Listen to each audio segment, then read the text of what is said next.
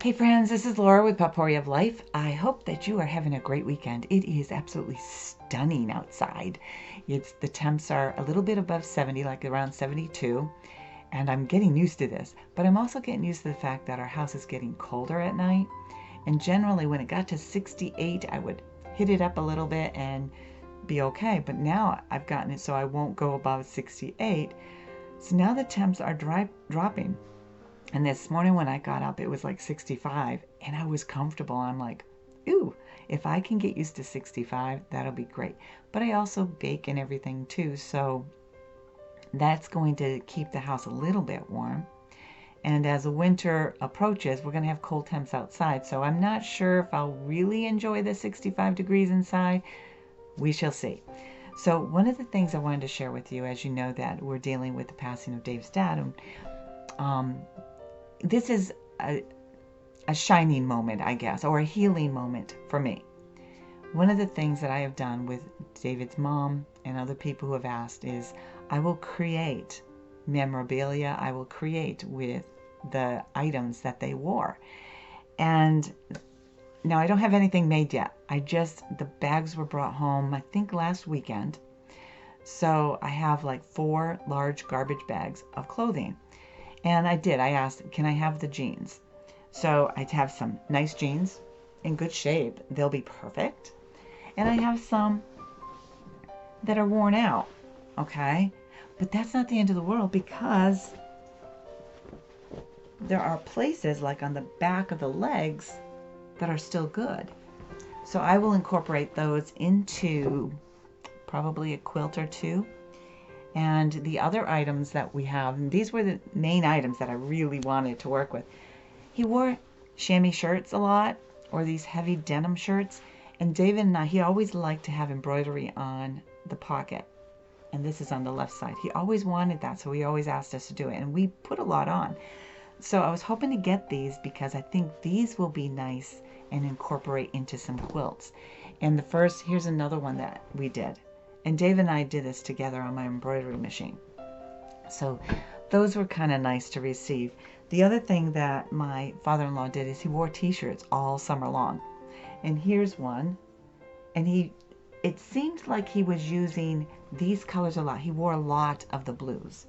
But one of my favorite t-shirts is this one.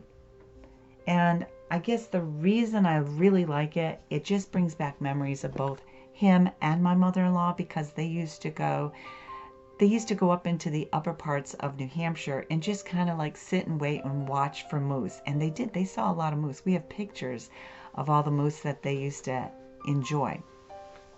Now this is just a part of what is in the bag, or the bags. But what I'm doing is, it's been a tough week on many aspects. There's emotions, there's all kinds of stuff, there's paperwork, there's people to contact, all kinds of stuff. So today, it's not a business day for businesses, and I have a list that I have to attend to on Monday. But what was really nice is to open these bags and just say, the creative process within me is coming out. So this is kind of like therapy for me, to be able to do something good with what a lot of us see as horrible. And I see, as people pass, I see death as just a part of life. It hurts those of us who are behind, but it makes, part of what I see is, this is a process. And we hope that we don't die, because there's a lot of good things in life that can bring us joy. There's a lot of things in life that can allow our creative spirits to be able to work. And I don't think, we should dwell on the negative, but it's painful. People suffer when other people have passed. Do I cry? Yeah. There are some things more recently that I've thought about with both David's dad and his mom that, I found myself crying a little bit. And there's some other things going on. It's amazing. Our hearts become a little bit softer, or some of us, our hearts become a little bit softer when somebody we love dies.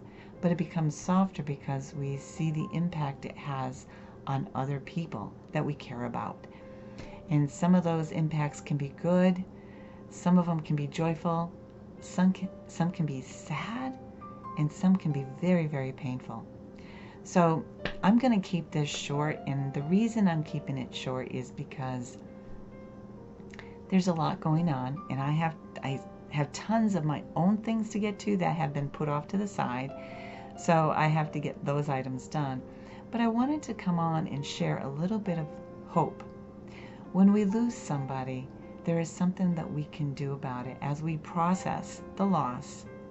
There is also something that as we go through their belongings, there can be hope within that. There can be memories. People can say, hey, I would like to have this because it reminds me.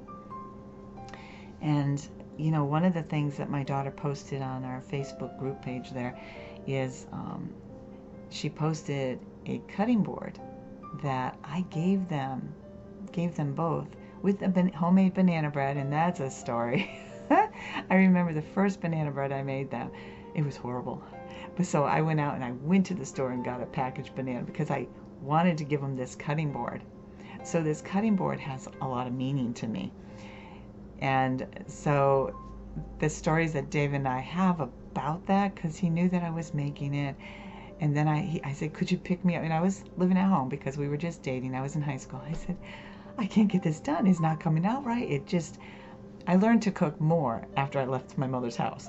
So we went out and got a packaged Pillsbury banana bread because I didn't want to give a cutting board without a gift of food on top of it, because that would not be right, would it? So when I saw that, I just said, you know, I really would like that, because that brings back those memories of when I did things for them. And that's, I think, as we go through stuff, those are the things that are going to come back. The part about the clothes, yes, they could be donated, and there's tons and tons of clothes. If you've ever been in a Goodwill store or Salvation Army or even other thrift stores, there are tons of clothing that gets donated, and oftentimes after the passing of a person that you love. So to me, this is not creepy like some people do, because instead of taking the creepy aspect that you might perceive, this is taking something else and taking the love of another person, taking my love of creating and in memory of somebody and making something beautiful. I don't have anything made yet, but as I go about, I will be happy to share some of these projects. So I'm going to keep it short. I want you to make sure you hug somebody. I know the world has says we're not supposed to hug, but that's part of the problem in our world today, is we lost the ability to hug. Shake somebody's hand. Show respect for one another, and be kind. I know the world is changing in a way that is not healthy. It's not good. But in each part of our world, if we start spreading a little bit of joy, maybe we can have the impact that it takes to make a difference. So, folks, I hope that you do. I hope that you reach out to those you love. Tell them you love them. Thank them for the little things that they do, even though they might irritate you. If that's happening, just make sure you let them know how much you appreciate them. So, I have lots to do, but it's gorgeous outside, so I want to make sure I get out and maybe do some leaf raking. But I have to sort through all the clothes and put them in piles and decide. I have to let them sit. I don't know about those others that are creative.